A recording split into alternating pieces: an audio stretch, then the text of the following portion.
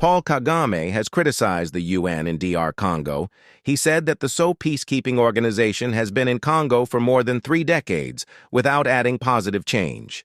Watch this. Let me start with saying, if you want to really address a problem,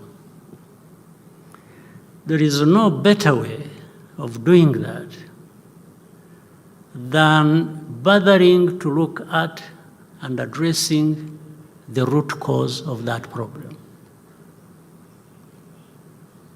It doesn't matter how powerful you are. You just stick to the basics of facts, of evidence, of reality. You just don't come in because you're powerful and, the evidence is simple.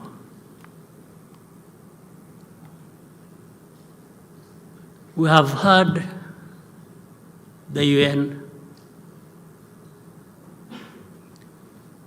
the peacekeepers under the UN in that country for close to 3 decades. The continued presence for 3 decades, when they went there to address problems, means there are still problems to address, or that actually the first problems to address were not addressed. Otherwise, why would you stay in a place purportedly to address a problem, and you are there for close to 30 years?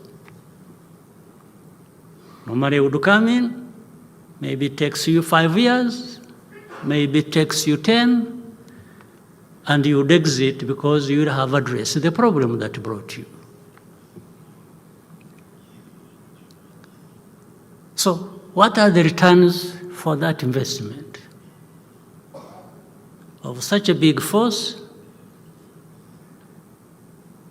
under such a big body like UN, and so much money spent on that, what is the return on that investment? Other than continuing to have problems getting worse. That also shows, or maybe prove, this will prove why Rwanda has to carry the burden of this problem. It is a way of escaping responsibility. That's the shortest, easiest answer when people ask, why have you been there for this time and you still want to be there? It means you didn't address the problem. So the easiest answer is no. But Rwanda keeps being part of the problem. Well, what that means, maybe you should get rid of Rwanda, to find a way of removing it from the map of, just find a way like it happened 30 years ago. Rwanda was being destroyed to the point we should not be existing anymore. And again, associated with that, the very people who murdered people here in Rwanda, those who carried out the genocide, still exist, are still armed, are still practicing the ideology of genocide in our neighborhood in Eastern Congo,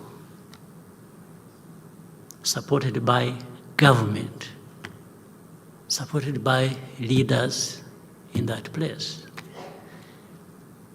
On the watch of this international community that talks about values, that talks about interests, that deployed this UN force into Congo to actually eradicate, among others, that problem that originated from here, be it the genociders or the ideology itself. And people do it with impunity. And then arguments start. We have had arguments, again, through different quarters of this international community. Oh, you mean these FDLR, these genociders, but are they there? Are they still there? But we are told they are few. We are told, when you say, no, but you see it even in broad daylight. The statements made by government leaders. And you are wondering whether they still exist, whether they are there, or what they are doing, or you pretend for 30 years, you can pretend. Now the problem becomes, oh, Rwanda is in Congo, you have forces in Congo, you are occupying Congo, you are doing what? In this day and age, and even with Rwanda, its capacity, are we people who can actually do that? That limited capacity of ours, but even why? Why do you? What came first? Is it this problem that we have to deal with? Threats, daily threats, regular threats against our country and relating to our history? Or because of that, or in addition to that, we now want to become people who can go and occupy places? Really, the people, can they convince anybody that they even believe it, or they are using it simply as an excuse? Even if you believe it, why don't you find a way of denying Rwanda this excuse and remove these people from there? Because that is even in the mission that took there the UN peacekeepers. What happened? So then,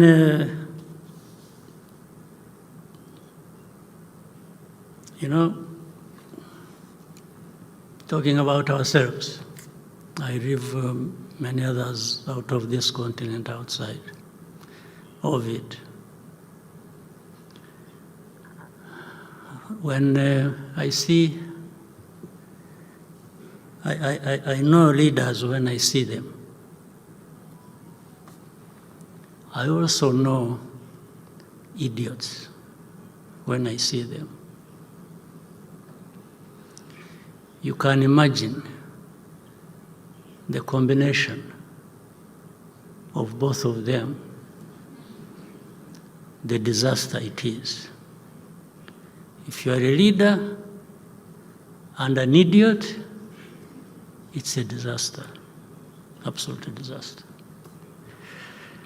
It is even worse, even more dangerous, if the very people who hold the power in their hands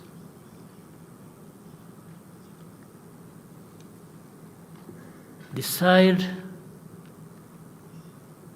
that they will be manipulated and played around for some interest by idiots.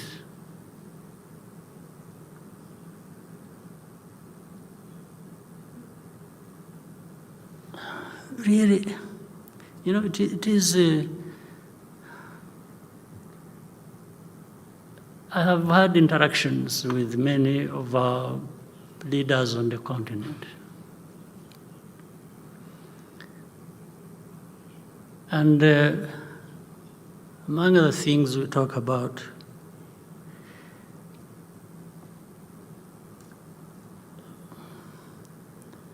is if we don't take ourselves and what we do seriously, nobody will. Nobody will take us seriously. And we will always remain just neither here nor there, and people doing with us whatever they want without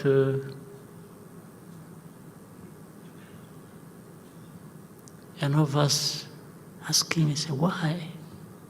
What is this? And then in the end, we start complaining about, this is racism, this is blah, blah, blah, blah. Well, but I think we are the ones who drive ourselves in that kind of situation. There are things we need to be rejecting and doing so openly and without fear or favor. Why? Why can't we do that? Why are we not the kind of people? Why do we even need to have a problem like that one in Eastern Congo, needing a solution from the UN, from some countries? Why? Why can't we? There's no explanation. But at another level, we have a mix of all kinds of things. And that's why we open up ourselves for manipulation. You have seen, or you know, of a so-called group of experts. A group of experts, what do they do? What are they expert in, actually? They're expert in what? You don't need to be an expert in anything. You just have to toe the line of those using you, of those who put you in place, including the very people from whom originate this problem as of the history that goes way back to colonial times. The colonial times that divided our people here in Rwanda, in our region, and elsewhere. So they come, they are the experts to explain the problem. The problem is not that, do you know why these Kinyarwanda speaking people are in Eastern Congo? By the way, we have the same situation, let's say, with Uganda. The southwestern part of Uganda has a whole district with a big population of Kinyarwanda speaking. And when I'm talking about Kinyarwanda speaking, I'm not talking about just speaking Kinyarwanda. These are people even who are relatives. There are people in this country, as we speak, who have their uncles, their grandfathers, who live across on the other side of the border, and others who live here in Rwanda. Like, for example, in Uganda, there has never been a problem to do with that district. It has never caused a problem between Uganda and Rwanda. No, they are taken as Ugandans.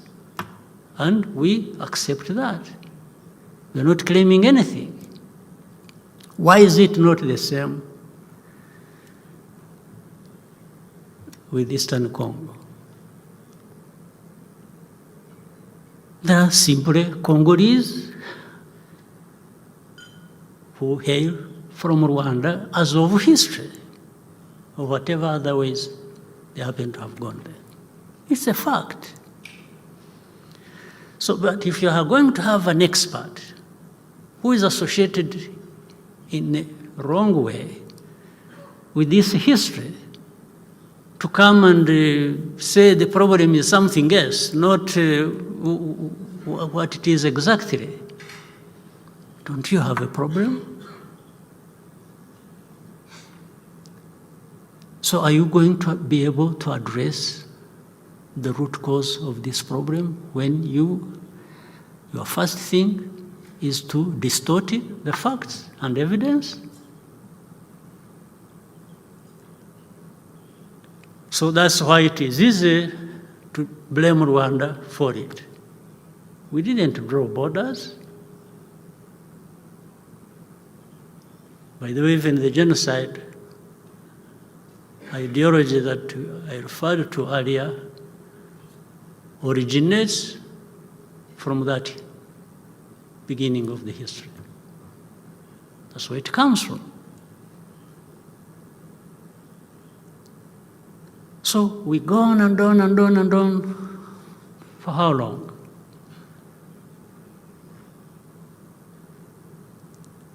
So if you think Rwanda is in Eastern Congo causing problems, would you mind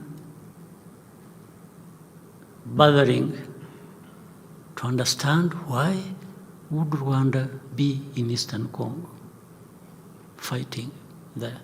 Why? You need to answer that. It will lead you maybe to some of the things you need to address and not run away from.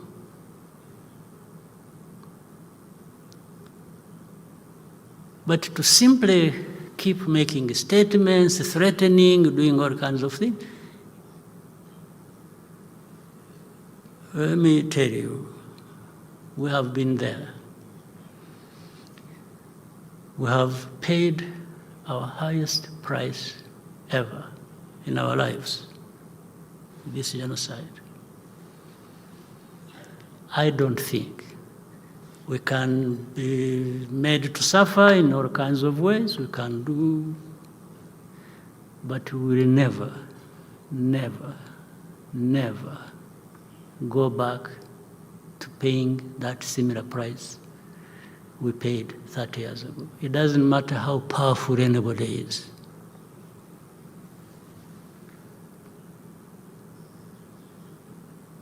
Maybe it will come to a point, if anyone insists on that, then that is maybe one way of wiping Rwanda off the map, because we will not yield an inch.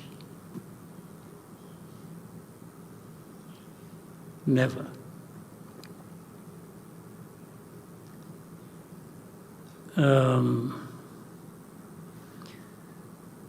But we can work together to look at the causes if we are ready to listen to each other and address that problem the right way. But if there's somebody who is saying, no, me, I don't want to address it that way, I want to address it my way, and says, you see, if you don't allow me to address it my way, I will deny you this, I will deny you that, and I will take it to China, I will take it to Russia, I will take it. And no. But Rwanda is something we can do away with, don't worry. That is called babysitting leaders, and not pushing them to take their responsibility, but it won't work. One way or the other, it will not take us Rwanda back where we started from 30 years ago. No way. I know, of course, there are even some who, after 30 years, are still questioning, what happened? Who killed who? Who you know? The sort of pretense that exists is just what gives us that justified anger and above all the energy to fight back sufficiently. Let us know what you think in the comment section. See you in the next episode.